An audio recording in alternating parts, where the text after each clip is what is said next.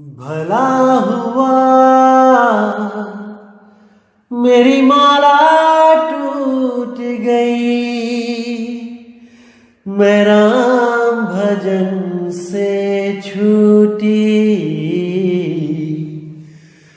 भला हुआ मेरी माला टूट गई, मैं राम भजन से छूटी। मेरे सिर से टली बला, भला हुआ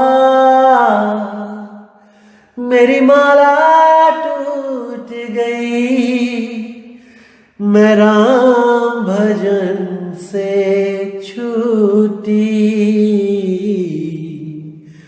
मैं राम भजन से छूटी।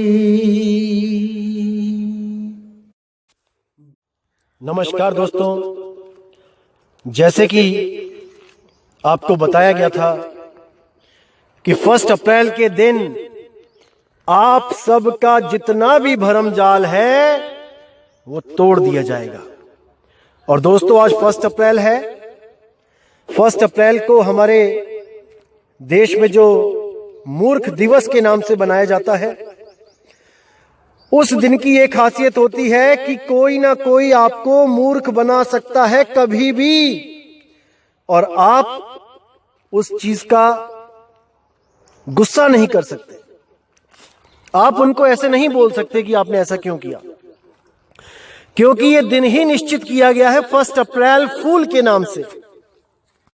लेकिन इस दिन जो जीव जागृत अवस्था में रहता है, मतलब कि जो ये याद रखता है कि आज 1 अप्रैल फूल है, वो छोटी छोटी बातों में भी पूरा विवेक लगा देता है कि कहीं उसको सामने वाला कोई मूर्ख तो नहीं बना रहा है। जैसे बच्चे आपस में करते हैं, किसी के पापा फौज में हैं तो एकदम वो फोन करेगा किसी को, अपने भाई को, भैया जल्दी घर आ जाओ, पापा आ गए हैं। और वो बेचारा भागा भागा आता है और देखता है घर में कोई पापा नहीं आए। तब उसको क्या बोला जाता है कि 1 अप्रैल फूल, तुमको मूर्ख बना दिया गया है, तुम मूर्ख बन चुके हो। तब अपनी नादानी पर उस जीव को, उस बच्चे को हंसी भी आती है और दुख भी होता है कि मैं इतना प्लेग्राउंड में खेल रहा था, इतना मजे में था, लेकिन मुझे घर वालों ने पापा के नाम पे बुला लिया और मेरा सारा मजा किरकिरा हो गया और यहां पर मुझे पापा भी नहीं मिले। तो दोस्तों, इसी तरह कुछ धर्म गुरु भी आपको मूर्ख बनाने में लगे हुए हैं। ये स्वयंभू धर्म गुरु जो केवल और केवल मूर्ख बनाकर आप लोगों पे राज करते हैं, केवल मूर्ख बनाकर। तो दोस्तों, आज उम्मीद करूंगा कि ये मूर्ख दिवस इन लोगों का आखिरी मूर्ख दिवस होगा, किसी को मूर्ख बनाने का, और आप लोगों का भी ये आखिरी मूर्ख दिवस होगा धर्म के नाम पे, परमात्मा के नाम पे मूर्ख बनने का।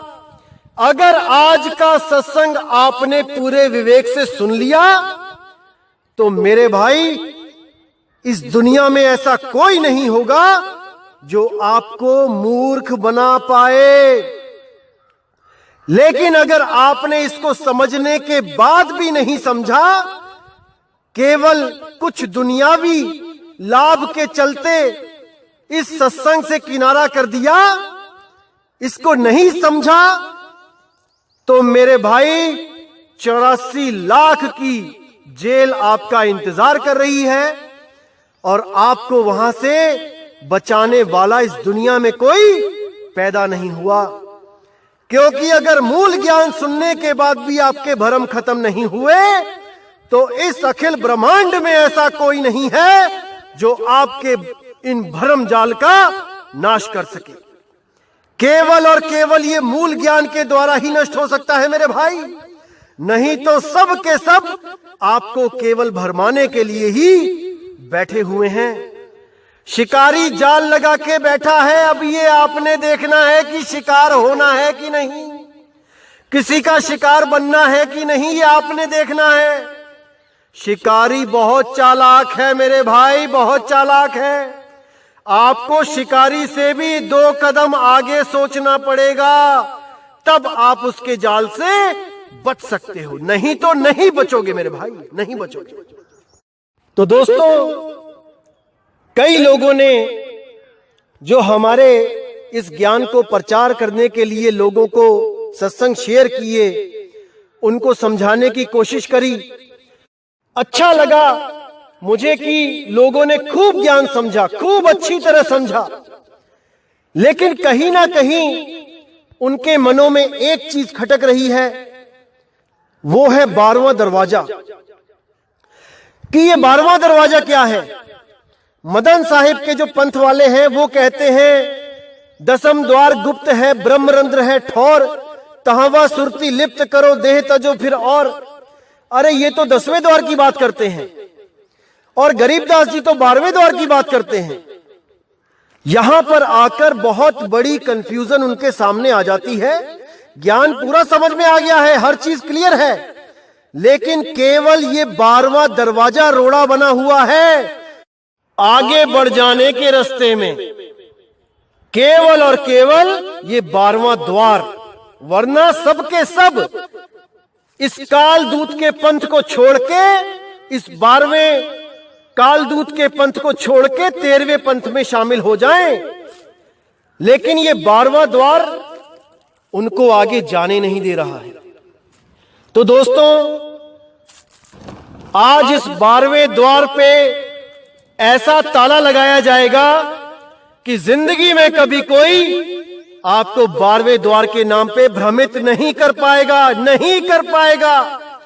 अगर आप में 1% भी बुद्धि विवेक हुआ तो, वरना कोई ना कोई आएगा आपको 12, 13, 14, 15, 16, 17, 20वें, 25वें, 100वें द्वार तक को बता के, भरमा के आपको इस काल के मुंह में ले जाएगा, इस 84 के चक्कर में डाल देगा और आप बिल्कुल भी नहीं समझ पाओगे कि आपके साथ क्या बना, कहां आपको धोखा मिला है। तो दोस्तों, आज आपको इस 12वें द्वार का जो भरम जाल है आज तोड़ा जाएगा। पूरे विवेक के साथ इस सत्संग को सुनना मेरे भाई। साहिब बंदगी सतनाम। तो क्या कहती है वाणी?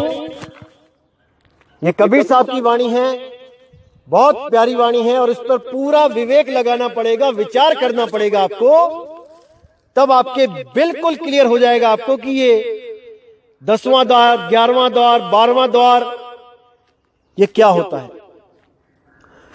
तो वाणी कहती है, गोरखनाथ जी के साथ जब संवाद हुआ था कबीर साहब का, तो गोरखनाथ जी ने पूछा, अवधो कहो जीव को निस्तारा, एही काया में एक 10 द्वारा, तेही माहे एक है न्यारा, कौन द्वारे प्राण निकसे ताका करो विचारा, तुम तो साहिब सब घट व्यापक, तुमको सकल पसारा, इतनी मोहिमा था नहीं, तुम ही करो विचारा। यानी हे साहिब जी, इस शरीर में 11 द्वार हैं, उसमें एक न्यारा द्वार है। किस द्वार से प्राण निकलता है और वो कहां जाता है, किस देह में वो जीव जाता है, इसका मुझे ज्ञान दो साहिब। तुम तो सब घट में व्यापक हो, तुम्हारा ही सब पसारा है, घट घट में आप विराजमान हो, आप सब बातों को जानने वाले हो, सब तरह के ज्ञान को जानने वाले हो। मेरा संशय दूर करो साहिब, मुझे बताओ। तो कबीर साहब बोलते हैं कि गुदा द्वारा प्राण निकसे नरक खानी जाए, तुरंत देह गोजवा की पाए नरक में ठहराए। कि जिन लोगों के प्राण गुदा द्वारा निकलते हैं, लैट्रिन निकल जाती है जिनकी मरते हुए, वो नरक खानी में चले जाते हैं और तुरंत देह गोजवा की पाए, जो लैट्रिन में कीड़े होते हैं, उस जून को प्राप्त करते हैं और उस विष्ठा को ही खाते हैं, उस गंध को ही खाते हैं। ये उन लोगों का हाल है जिनकी मरते समय लैट्रिन निकल जाती है। फिर कहते हैं, मूत्र द्वारा प्राण निकसे जल खानी जाए, तुरंत देह मछली की पाए, जल सूखे पछताए। अगर अंत समय में पेशाब निकल जाता है तो वो जीव पानी में जलचर मछली बन के जन्म पाता है और जल सूख जाने पर तड़प तड़प कर अपने प्राण त्याग देता है। तो आगे कहते हैं, मुख द्वारा प्राण निकले अन्न ढेरी जाए, तुरंत देह सो घुन की पाए, अन्न में ठहराए।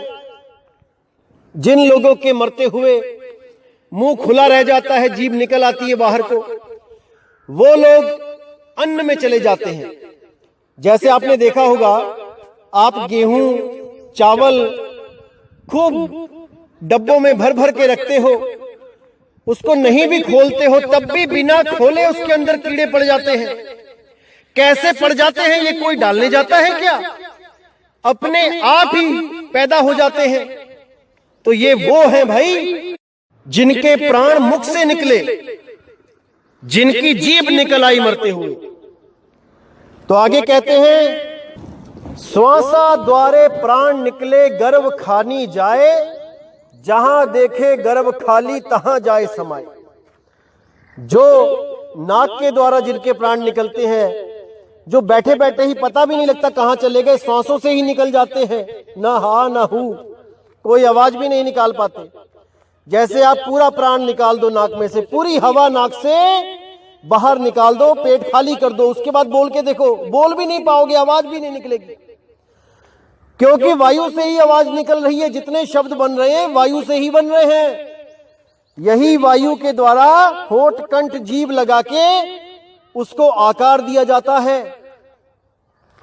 तो कहते हैं, श्वासा द्वारे प्राण निकसे गर्भ खानी जाए, जहां देखे गर्भ खाली तहां जाए समाए।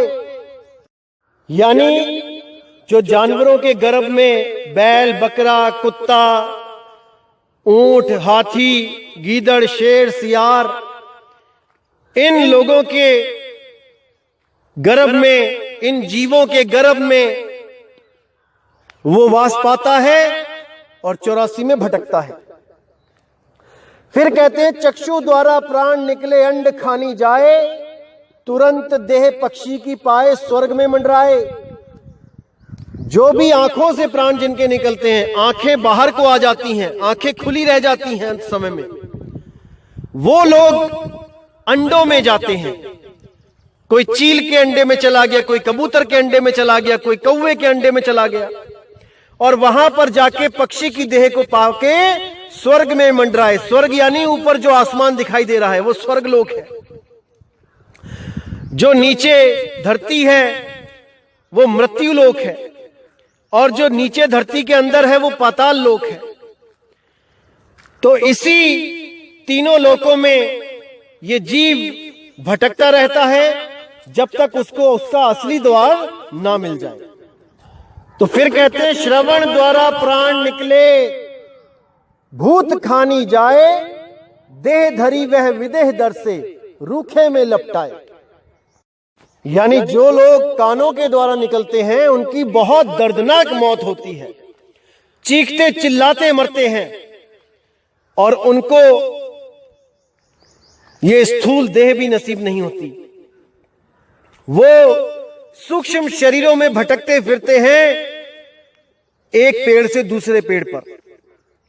जैसे आपको पुरानी कहानियों में भी बताया जाता था कि जो भूत प्रेत होते हैं वो पीपल के पेड़ पे, बरगद के पेड़ पे होते हैं, आम के किसी पुराने पेड़ पे होते हैं।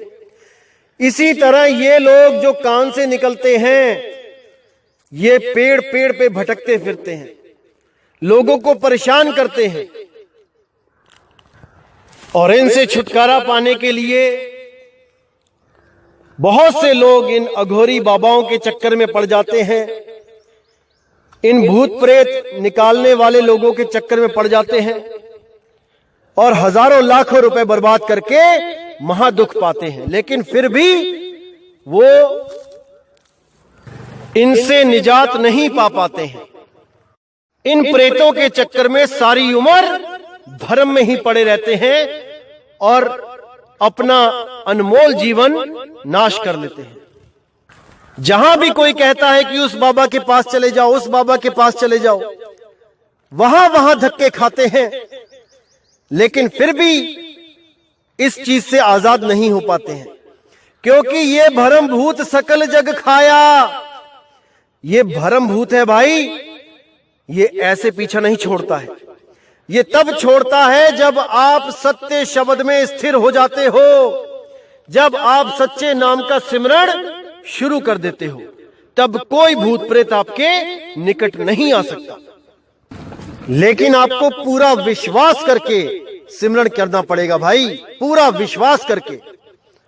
अगर 1% भी शंका होगी कि ये सिमरण करके ये बाधा हटेगी कि नहीं हटेगी, तो मेरे भाई नहीं हटेगी, क्योंकि आपके मन में 1% भी भ्रम है तो ये भ्रम भूत आपको दबोच लेगा। इसीलिए मैं हर बार कहता हूं कि 100% होके आओ भाई, जिसने भी आना है। अब कहते हैं 10वें द्वारे प्राण निकले राज खानी जाए, और कुछ देर राज भोगे फिर पाछे पछताए। जो लोग 10वें द्वार से निकलते हैं, अब यहां पे दोस्तों एक चीज क्लियर करना चाहूंगा मैं, कुछ पंथ ऐसे हैं जो 10वें द्वार को ही क्या बता देते हैं, त्रिकुटी, दोनों आंखों के बीच में जो सुषमना नाड़ी है, इंगला पिंगला सुषमना, उसी को ही 10वां द्वार बता देते हैं।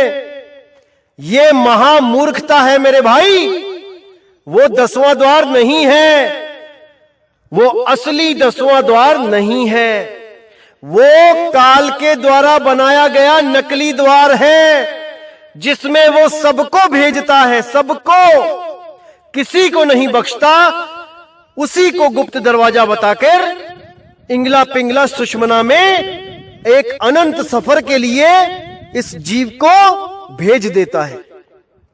ये एक ऐसी भूल भुलैया है कि जो जीव एक बार चला गया वो भाई निकल नहीं सकता, नहीं निकल सकता।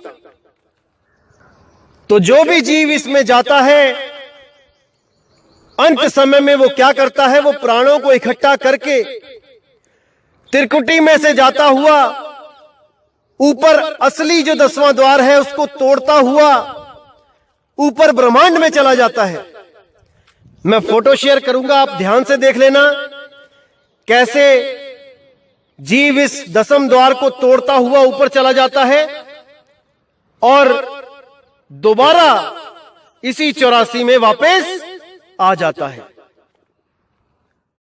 जो लोग प्राण योग करते हैं वो भी यही काम करते हैं, सारे प्राण को इकट्ठा करके अंत समय में ऊपर की तरफ चढ़ाकर असली जो 10वां द्वार है उसको तोड़कर आगे निकल जाते हैं और ब्रह्मांड की सैर करके दोबारा किसी गर्भ में चले जाते हैं।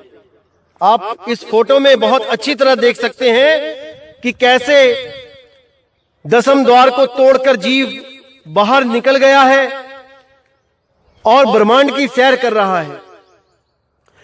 इसीलिए हिंदू धर्म में जब कोई मर जाता है तो उसके सिर पे लकड़ी से वार करते हैं, ठोक देते हैं, सिर को तोड़ देते हैं ताकि वो जीव इस द्वार से बाहर निकल जाए।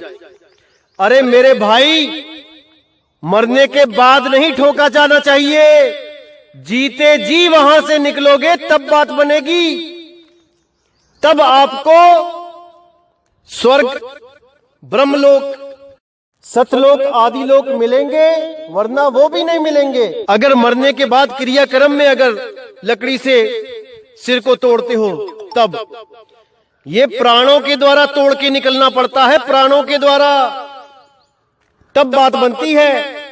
जो राजा की जून मिलेगी तब मिलेगी, स्वर्ग मिलेगा तब मिलेगा, ऐसे नहीं मिलेगा लकड़ी मार के।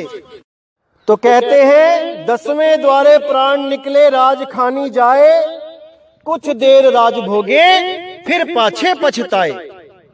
वो पछताएगा, अगर वो सिर को फोड़ के भी निकलेगा, ऊपर को ब्रह्मांड में जाएगा, फिर पछताएगा, उसको मुक्ति नहीं मिलेगी। अब आगे कहते हैं सुरति द्वारा प्राण निकसे सत्य लोक ही जाए, शब्द निरखत जाए लोक ही कहे कबीर बुझाए। कि जो सुरती द्वारा प्राण को निकालेगा, कहने का मतलब सुरती जहां पर एंटर की थी,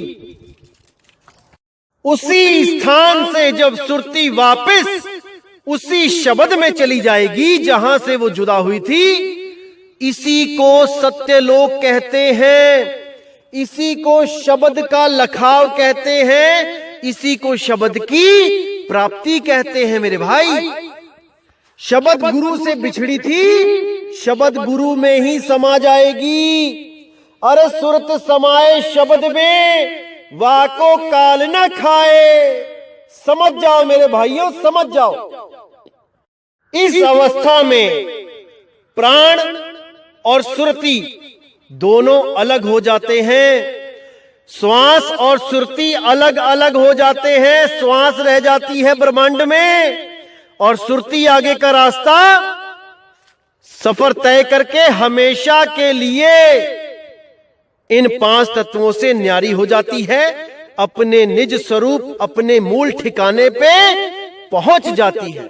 इसी को मुक्ति पद कहा जाता है मेरे भाई, इसी को मुक्ति बोला जाता है। तो अब जब हम हिसाब लगाते हैं कि कितने द्वारों से कहां कहां जीव गया है, कितने द्वारों को बताया गया है इस वाणी में, तो हिसाब लगाइए। देखिए, गुदा द्वार 1, मूत्र द्वार यानी कि पेशाब निकल जाना 2, मुख द्वार 3,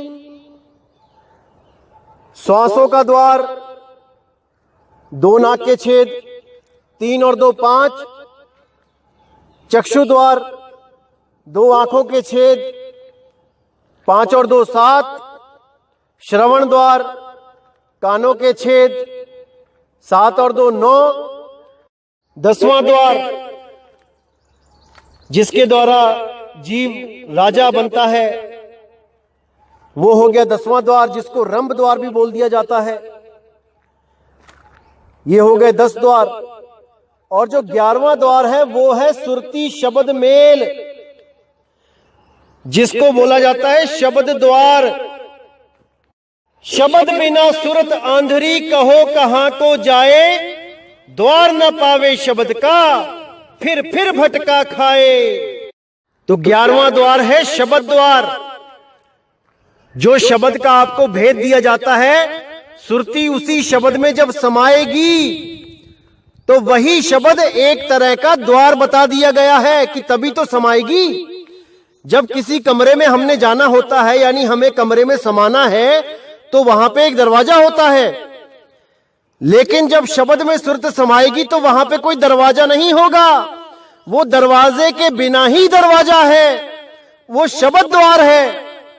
इसीलिए बोला गया है 10हों द्वार नरक भर बूढ़े, तू गंदी को बेड़ो। यानी 10 द्वार से भी निकल जाओगे शरीर को त्याग के, तब भी तुम्हारी मुक्ति नहीं होगी जब तक तुम्हें 11वें द्वार रूपी शब्द का लखाव करने वाला गुरु ना मिल जाए तो।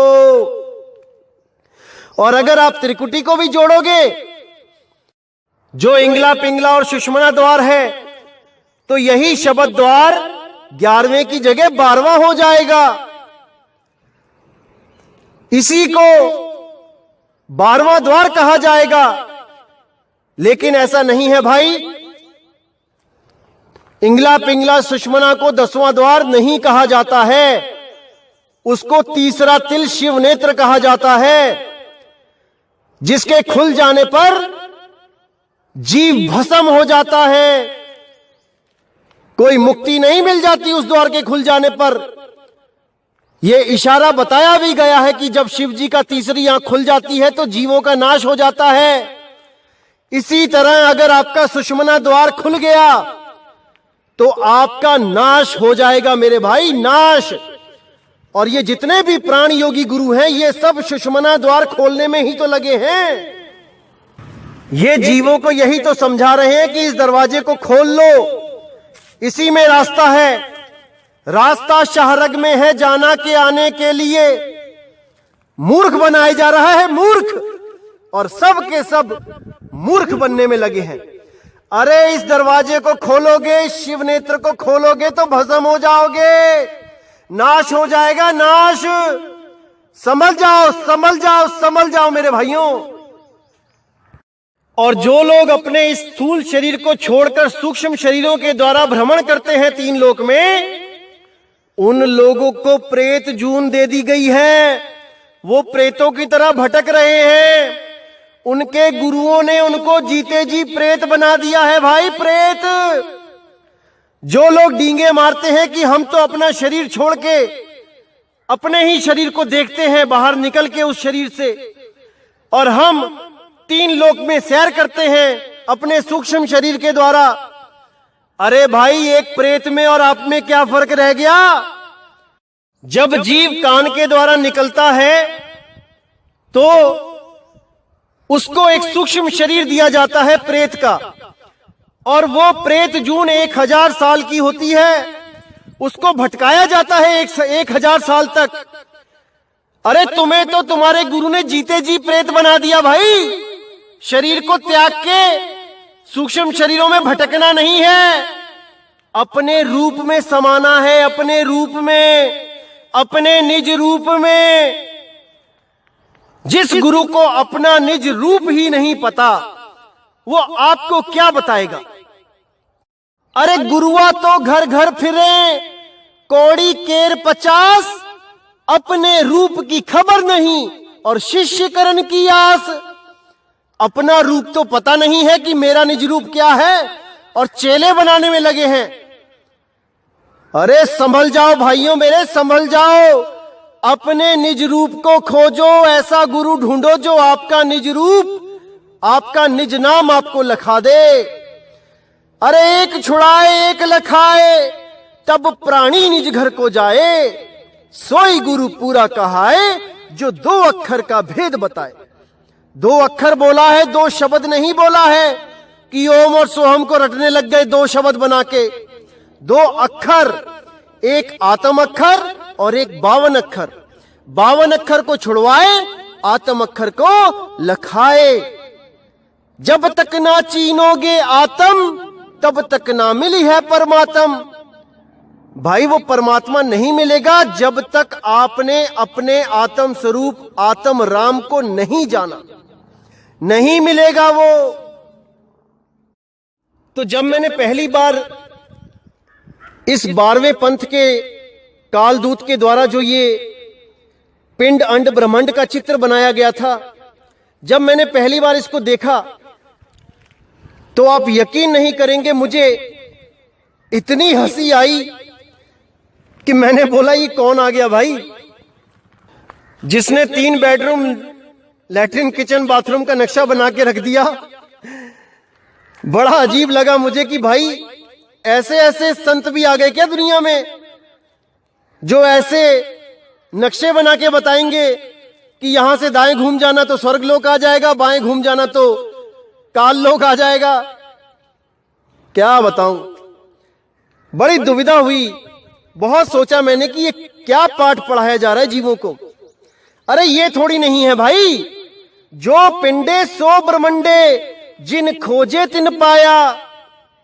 बिल्कुल साफ बोला गया है कि इस पिंड में ही, इस शरीर की जो रचना है, यही बाहर ब्रह्मांड की रचना है। दोनों में कोई फर्क नहीं है।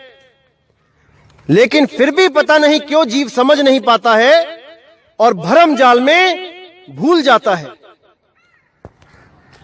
जब मैंने उसमें देखा कि 10वें द्वार के आगे 11वां द्वार, 11वें द्वार के आगे 12वां द्वार, तो मेरी हंसी नहीं रुक पाई और मैंने ये पूर्ण निश्चय कर लिया था कि इस अज्ञान को जड़ से खत्म करके ही रहूंगा।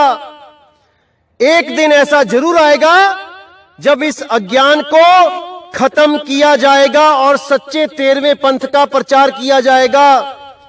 तो दोस्तों, वो दिन आ गया है जो इस 12वें द्वार का आज ऐसा अंत किया जाएगा कि जीवन में कभी कोई 12वें द्वार का नाम लेके किसी को भ्रमित नहीं कर पाएगा और ये नकली चित्र को भी अपने हाथों से फाड़ के डस्टबिन में फेंक देगा।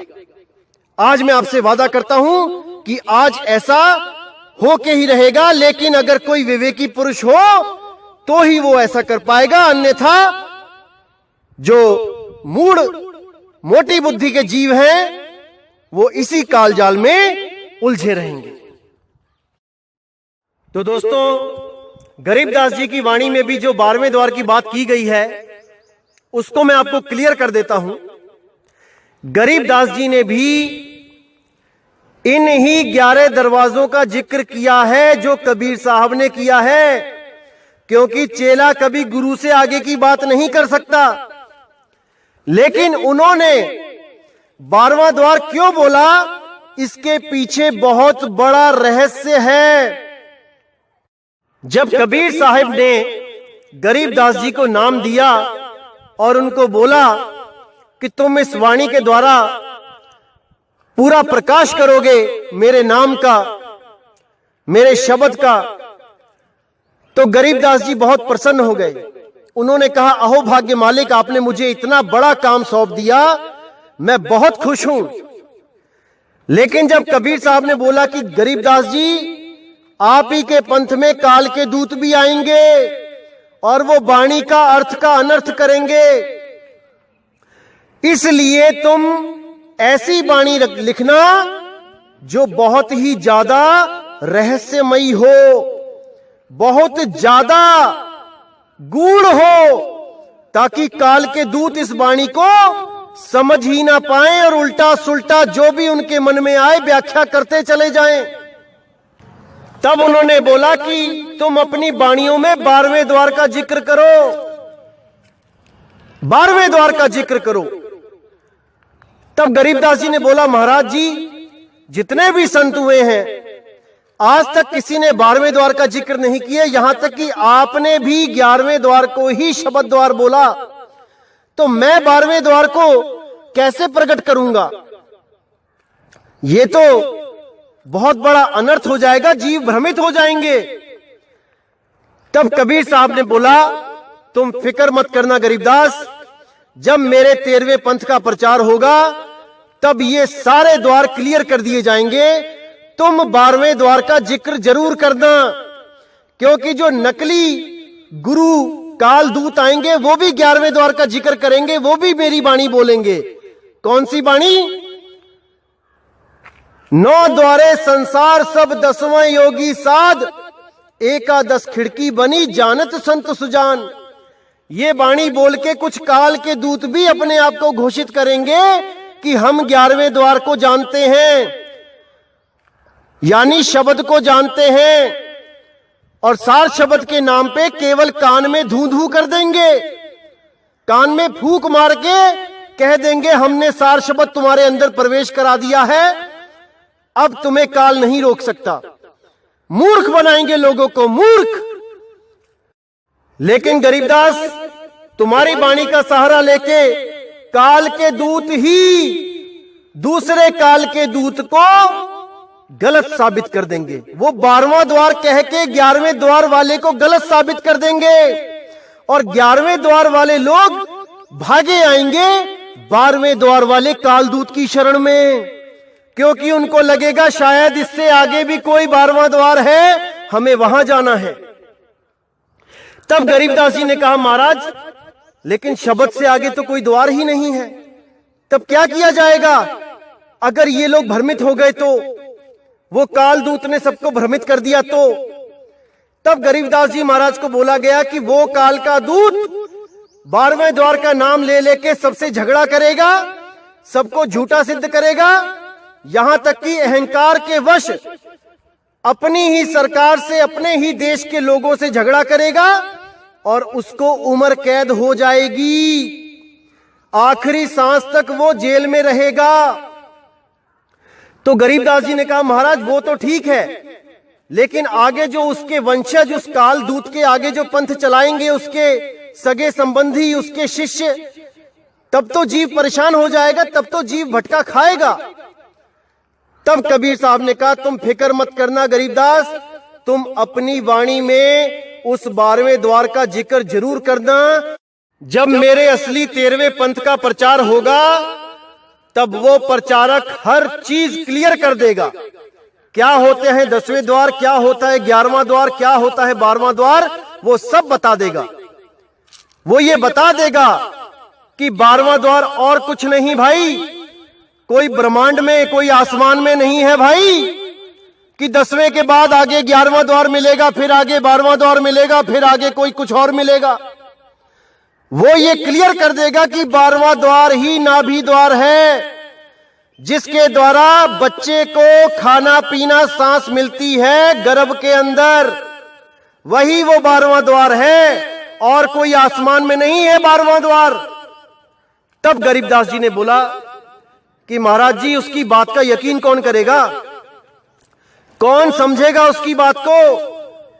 तो कबीर साहब ने कहा, कोई बात नहीं गरीबदास, जो 12वें पंथ का कालदूत होगा, मैं उसके अंदर ये फीड कर दूंगा कि वो अपने हाथों से इस सत्य को अपने ही ग्रंथ में लिख के जेल जाए। तुम बिल्कुल फिक्र मत करना गरीबदास, ये सब मैं अपने आप संभाल लूंगा। लेकिन तुम भी वाणी में हल्का सा इशारा दे देना कि वो 12वां द्वार क्या है, ताकि बिल्कुल कंफ्यूजन खत्म हो जाए और जीवों के सामने सत्य और असत्य बिल्कुल सही रूप से आ जाए, और विवेक के द्वारा जीव सत्य असत्य का निर्णय करके असत्य को त्याग के और सत्य के साथ हमेशा के लिए जुड़ जाएं। ऐसा जरूर करना गरीबदास। जैसे गीता ज्ञान दाता के मुंह से जो सच उगलवाया गया था, कबीर साहब की दया से ही वो निकला था, जो उसने पूरा आत्मज्ञान दिया दूसरे अध्याय में, लेकिन बाद में ले जाकर फिर अपने ही मंत्रों में उलझा लिया, ओम तत्सत में उलझा लिया इस जीव को। जैसे उसके मुंह से मैंने सत्य निकलवाया था, वैसे ही मैं इस 12वें पंथ के कालदूत के हाथों से सत्य लिखवाऊंगा। बिल्कुल फिक्र मत करना गरीबदास, इस जीव को बचाने के लिए मुझे बहुत कुछ करना पड़ता है, बहुत सी लीलाएं दिखानी पड़ती हैं, बहुत कुछ करना पड़ता है, लेकिन अपने बच्चों की रक्षा के लिए, चाहे उसके बाद कोई मुझे झूठा ही क्यों ना कहे, मुझे मूल ज्ञान और पवित्र ज्ञान को अलग अलग तरह से पेश करना ही पड़ता है अपने बच्चों के लिए, क्योंकि मेरे बच्चे अभी इतना विवेकी नहीं है कि उनको सीधा मूल ज्ञान समझ में आ जाए। अरे धर्मदास ये जग बौराना, कोई न जाने पद निर्वाणा, यही कारण मैं कथा पसारा, इन सब से कहिए राम ने आरा। ये जो मैंने कथा पसारी है पवित्र ज्ञान की, ये एक कहानी ज्ञान मुझे बताना पड़ा, मेरी मजबूरी थी, क्योंकि ये जीव इस काल के जाल में ऐसा उलझ चुका है कि वो मेरी बात को समझ ही नहीं सकता। इसलिए मुझे ये कहानी बता के समझाना पड़ता है अपने प्यारे बच्चों को। लेकिन अगर कोई कहे कि कबीर साहब तो दोगले हैं, कबीर साहब तो अलग अलग चीज बताते हैं सबको, तो भाई ये उनकी नादानी है। बुद्धि का लेवल देखने के बाद ही ये ज्ञान मैं किसी को समझा सकता हूं। ये ज्ञान मोटी बुद्धि में नहीं आता धर्मदास, गरीबदास। इसीलिए ये कहानी ज्ञान बहुत जरूरी है कुछ कंसेप्ट्स क्लियर करने के लिए। लेकिन कहानी ज्ञान से मुक्ति नहीं मिलती, मुक्ति तो मूल ज्ञान में आके ही मिलेगी भाई। इसलिए पहले कहानी ज्ञान को समझो, इस पवित्र ज्ञान को समझो, उसके बाद मूल ज्ञान की तरफ बढ़ जाओ, तभी आपको मुक्ति मिलेगी। अन्यथा आप यहीं जन्म मरण 84 में भटकते रहोगे। इसी अटपटी वाणी का इशारा गरीबदास जी ने अपनी वाणी में भी दिया कि हमरी गाई गाएगा 3 लोक में धक्के खाएगा। कोई भी संत अपनी वाणी को ऐसे नहीं बोलता कि मेरी वाणी गाओगे तो 3 लोक में धक्के खाओगे। ये केवल इसलिए बोला क्योंकि मेरी वाणी गाएंगे तो सब, लेकिन वो भेद किसी को नहीं पता होगा, इसलिए उन्होंने ये इशारा दिया।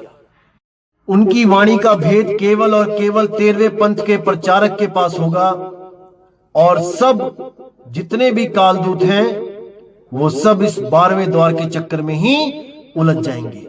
सब यही सोचते रहेंगे कि 10वें के बाद 11वां, 11वें के बाद 12वां आएगा। यहां तक कि उस कालदूत को भी खबर ना रहेगी कि परमात्मा ने उससे उसी के ग्रंथ में क्या लिखवा दिया है, और वो भी सबको 12वां करके भ्रमित करता रहेगा।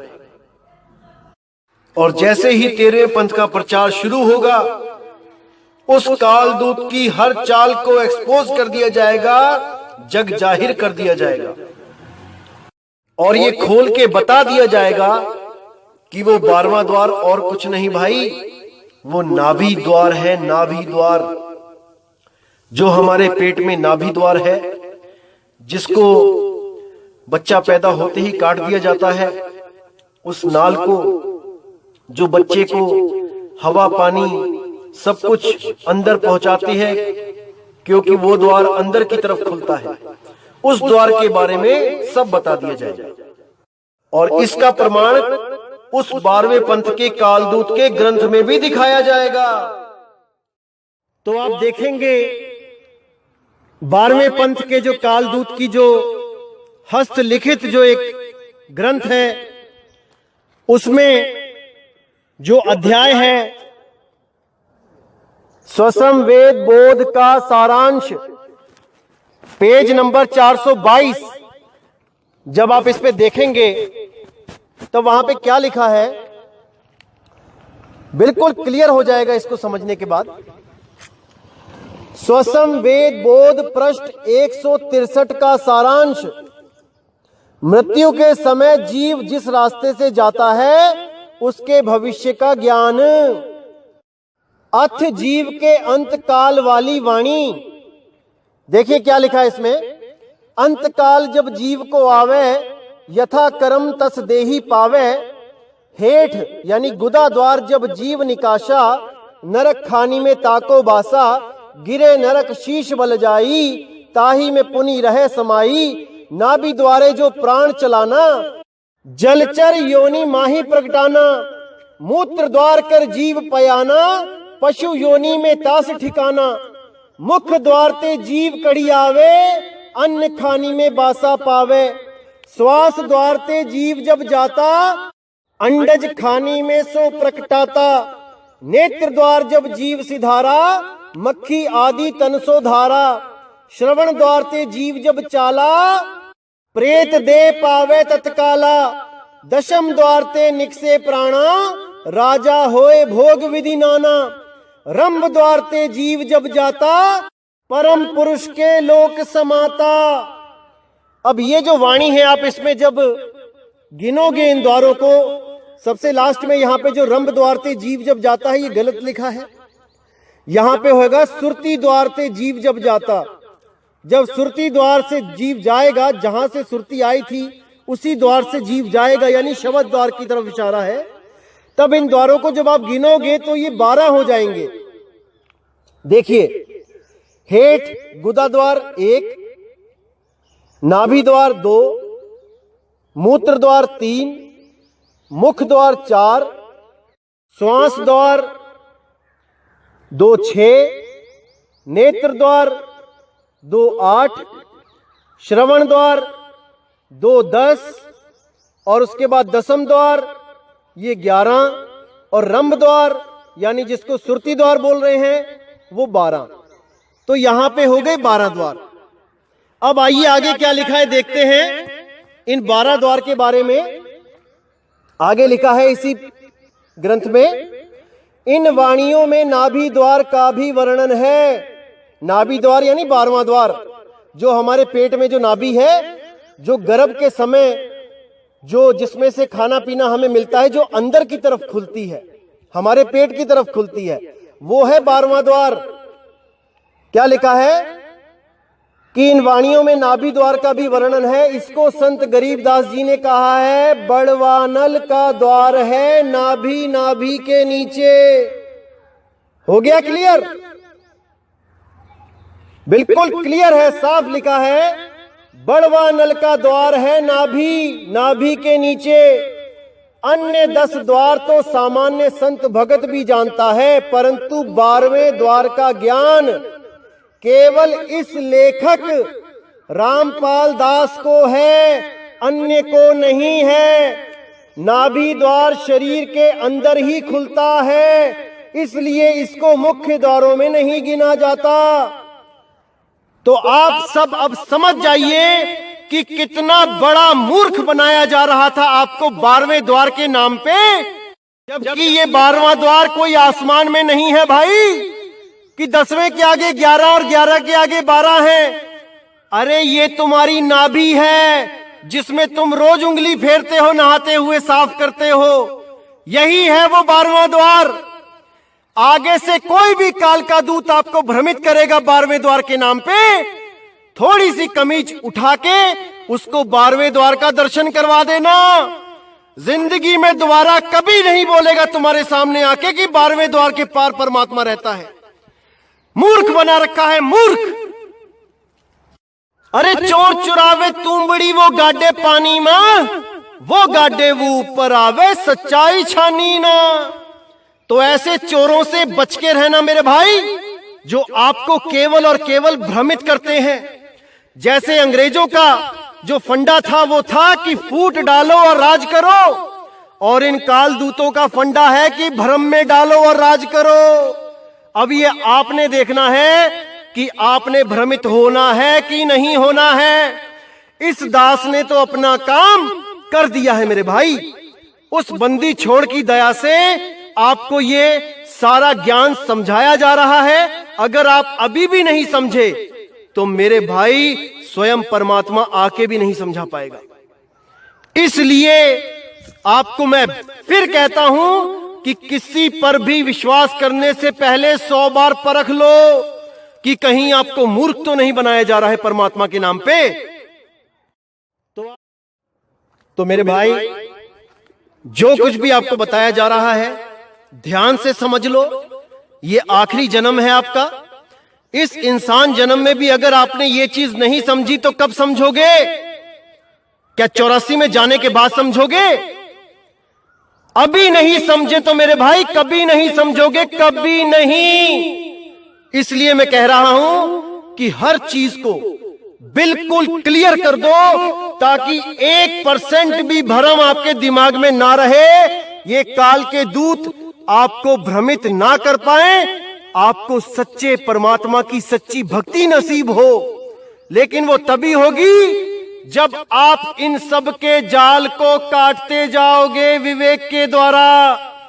अगर आपने 1% भी विवेक का साथ छोड़ा तो कोई ना कोई आपको लूट लेगा मेरे भाई, लूट लेगा। तो मेरे भाई, आज आपके मन में यह निर्णय हो जाना चाहिए कि आपने 12वें द्वार नाभि द्वार में जाना है या उस 11वें द्वार शब्द द्वार में जाना है। शब्द द्वार 11वें द्वार से आगे अगर कोई भी खोजता है, उसके लिए कबीर साहब ने बाणी बोली है, अरे आगे खोजे गिर पड़े, पीछे खोजे भुलाए, और सार शब्द से आगे खोजे वो बांधा जमपुर जाए, वो बांधा जमपुर जाए। जो भी 12वें द्वार की आस लगा के बैठे हैं उनको 12वां द्वार मिलेगा, लेकिन गर्भ में जाकर वो नाभि द्वार के रूप में 12वां द्वार मिलेगा, जिसमें उनको खाना पीना मां के द्वारा पहुंचाया जाएगा। समझ जाओ मेरे भाई, समझ जाओ, अभी मौका है। अगर ये मौका बीत गया, ये समय निकल गया, तो मेरे भाई अंत में कोई सहाय नहीं होगा, कोई सहाय नहीं होगा। केवल शब्द गुरु सहाय है, उसकी खोज कर लो, उसको पहचान लो मेरे भाई, पहचान लो। तो दोस्तों, इसी के साथ आज का सत्संग मैं समाप्त करता हूं और पूरी उम्मीद करता हूं कि आज आपका ये 12वें द्वार का जो भरम भूत आपके पीछे पड़ा था, आज आपका पीछा छोड़ देगा। ये भरम जाल जिसमें आप जी रहे थे 12वें द्वार के सपने ले लेके, आज उस 12वें द्वार पे हमेशा के लिए ताला जड़ दिया जाएगा। अब उस 12वें द्वार का जिक्र कभी ना हो, यही मैं चाहता हूं, ताकि आप भ्रमित ना हो पाओ।